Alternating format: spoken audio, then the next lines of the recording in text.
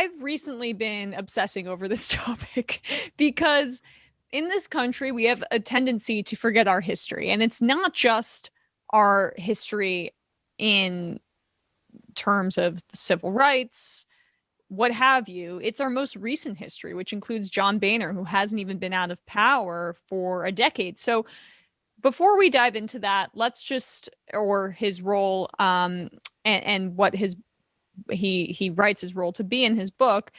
Your piece in the New Republic takes us through Boehner's political rise, and the 1980s and 90s, how despite Boehner bemoaning the role of the crazies in the Trump era, the GOP, since before him and in the period you document, has been courting crazy elements for decades. So walk us through that, and then we can dive a little bit more into what Boehner wrote about.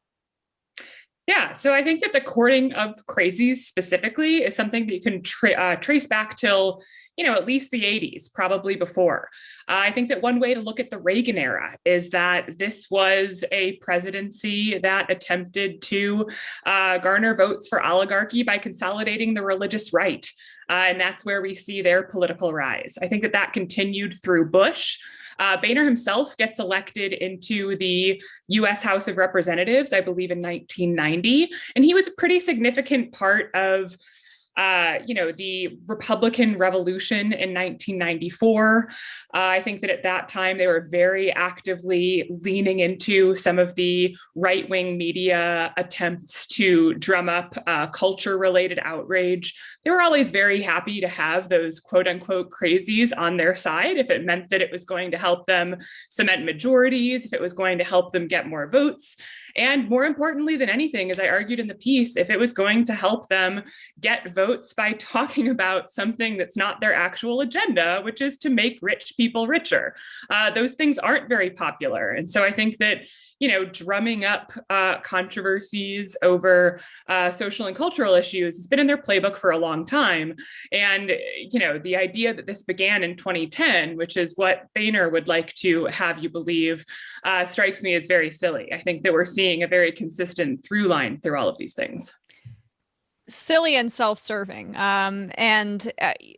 Talking about his political rise, I think you hit the nail on the head when it comes to the desire to play both sides and also work with the far right-wing media, as Rush Limbaugh comes up in this era. And you also cite in your piece Boehner's relationship or almost mentorship when it comes to Newt Gingrich.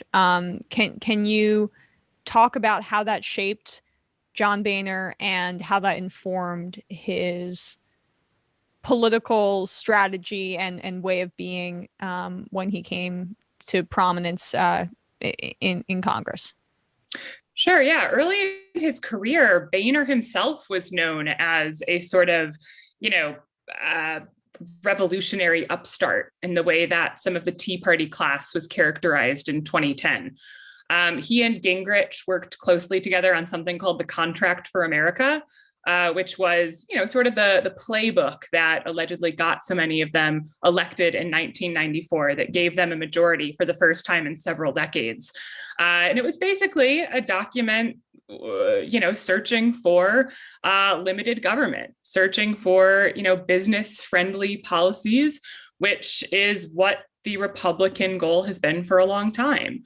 So I think that Boehner had a role in that, and then was a, fairly standard pro-business Republican for many years and rose up the ranks, had a reputation for being very close to industry, very close to lobbyists, even for a Republican congressman. He had that reputation. Famously took a lot of money from the tobacco industry, handed out money from the tobacco industry to his colleagues for their reelection efforts, and then eventually was elected to Speaker in 2011.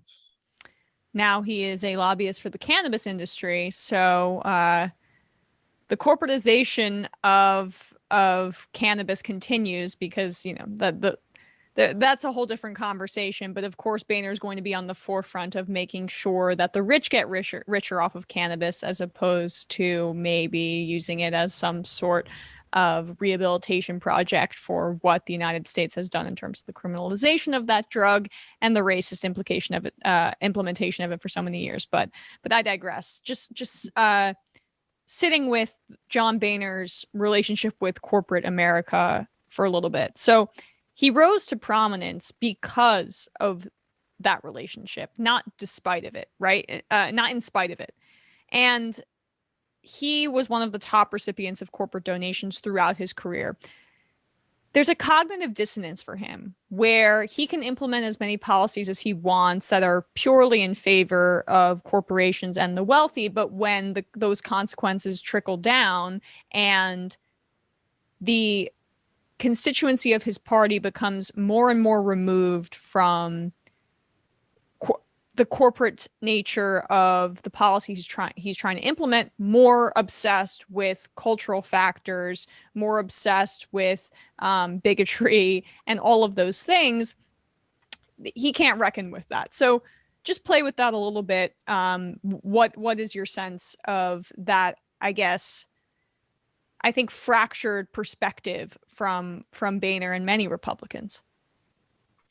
Yeah, as I said before, I think that structurally, Republicans have always relied on a growing faction of people who are enraged about cultural and social issues.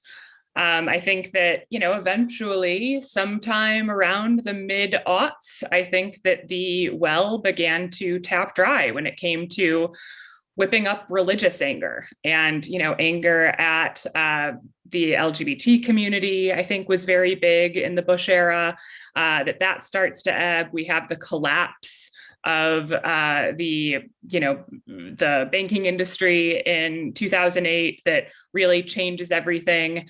And this whole time, you do have a very vocal right-wing media. You have a right-wing media that's increasingly internet savvy, that's not necessarily even reliant just on, the gatekeeping of official channels like Fox News. You start to branch out from there.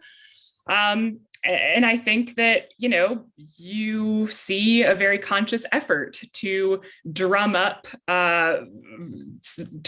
sentiment that will bring people out to the polls that's a little more animating for the voters that they need than, vote for us and we will fill the federal benches with judges that are against regulatory measures. That's not a very popular project. Right. That is their project. And that's been John Boehner's project the whole time.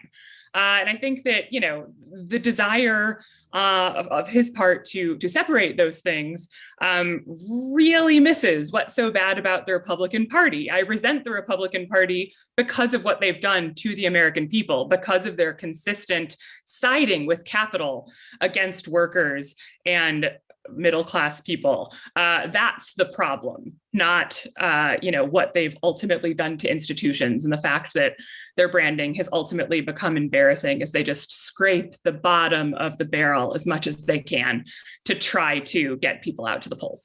And then he writes about how he always knew that Michelle Bachmann was, I forget the exact language, was crazy in some way. But as you point out, standing side by side with her saying the same things about the Affordable Care Act.